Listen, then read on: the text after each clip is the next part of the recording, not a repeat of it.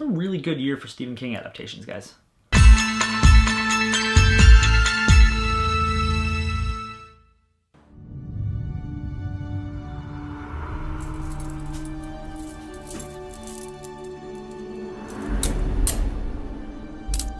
Gerald's Game is a film that was released to Netflix last week. It's directed by Mike Flanagan, one of my personal favorite directors working in the industry at this time. It stars Carla Gugino and Bruce Greenwood as Jesse and Gerald, respectively, a married couple who they've lost their passion, and in hopes of saving their marriage, they embark on a sexual tryst to a remote cabin in the woods, where Gerald decides to pursue a rape fantasy and handcuff Jesse to the bed with industrial-grade handcuffs, and then he has a heart attack and dies. So that's bad luck. I'm going to start by saying I've never read the novella, or a novel, I'm not sure how long it is. I've never read Stephen King's work, so I don't know how many liberties were taken with the source material. I don't know how accurate this is to the source material. That being said, I'm not the biggest fan of Stephen King's writing, but I fucking loved what I saw here.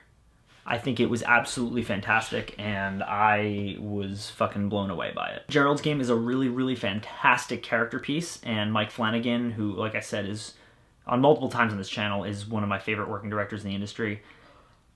This is him at his best, in my opinion. He absolutely kills this film directing-wise, and I mean, he's directed some of my personal favorites of the last couple of years. He directed Hush, Oculus, even Ouija Origin of Evil, which was great despite the odds.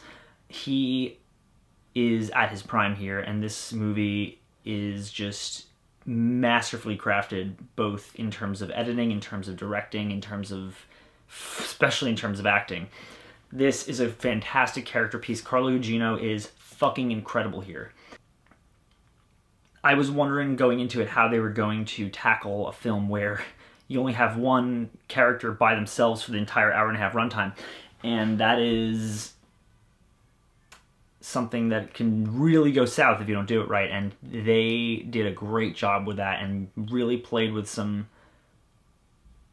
interesting aspects, mostly revolving around her deteriorating mental state and dehydration, and they really made it work exceptionally well in a way that I didn't think was possible. I love the way they tackle the different aspects of her personality by using different characters to be her mouthpieces, essentially.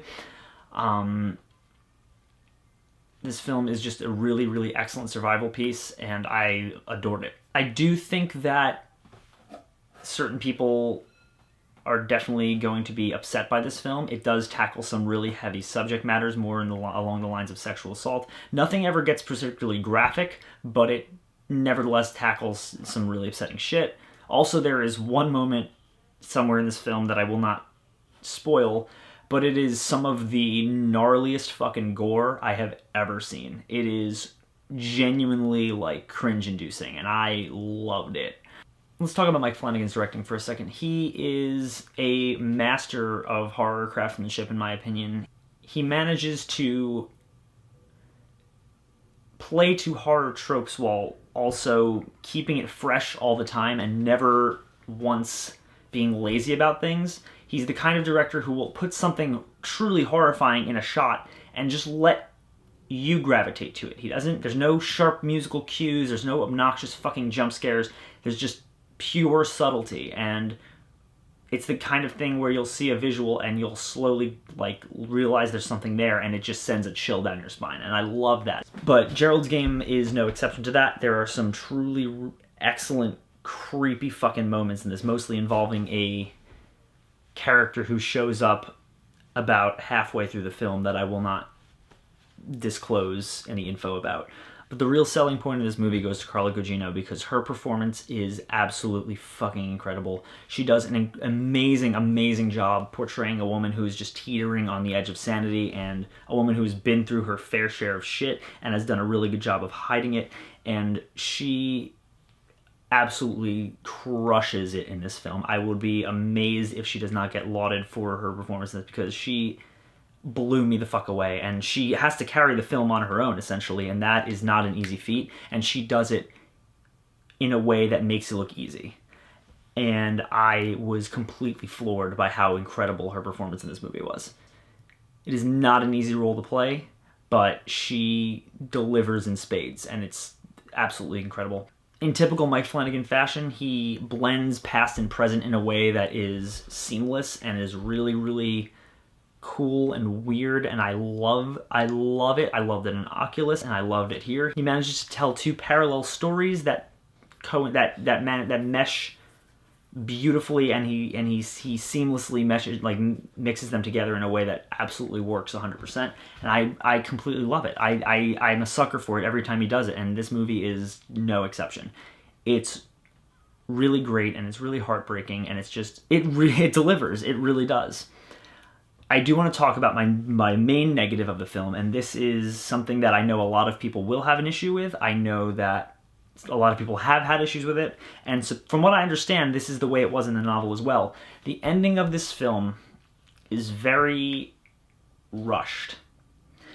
And like I said, from what I understand, it was that way in the novel as well. It is just this very weird 5 to 7 minute narration summing everything up and tying it up with a little bow, and it's too neat and it's too clean for a film that is so gross and dirty. And I understand the reasoning behind it. I understand that it is kind of important to have that bit of looking up at the end, because this movie is really fucking bleak, but everything gets wrapped up nicely in such a little bow, and there's certain things that are just kind of skimmed through really quickly, and you're just left being like, wait, what the fuck? What is happening? Because me and the people I was watching it with on my crew, we were all just kind of like, wait, what? Wait, what? It got really awkward, is the best way I could put it. And from what I understand, it was that way in the novel as well, and I really can't fault, Mike Flanagan for that.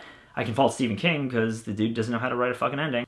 That being said, I still did overall enjoy this movie incredibly, and I think it is really, really strong. It's a really great character piece, and I think that provided you don't have any hang-ups about the things I mentioned regarding its subject matter, I think that this is a movie that a lot of people should check out, and a lot of people would greatly enjoy and be grossed out by, but respect for how really ballsy it is, and it's really, really, really well made, really well acted, really well just crafted as a whole. And if you've got Netflix, you should check it out. I'm going to say that Gerald's Game is absolutely a must-see. I was really surprised because, now that Stephen King has just had a really good year between this. It's got 1922 coming to Netflix as well. It's a good year for Stephen King fans, guys. And I'm looking forward to finally sharing my thoughts about it with you guys. As always, guys, thank you so much for watching. If you like me and other people who are on this channel, you can, click down there and like and comment and subscribe. I'm gonna go see an advanced screening of Happy Death Day, so thanks, guys.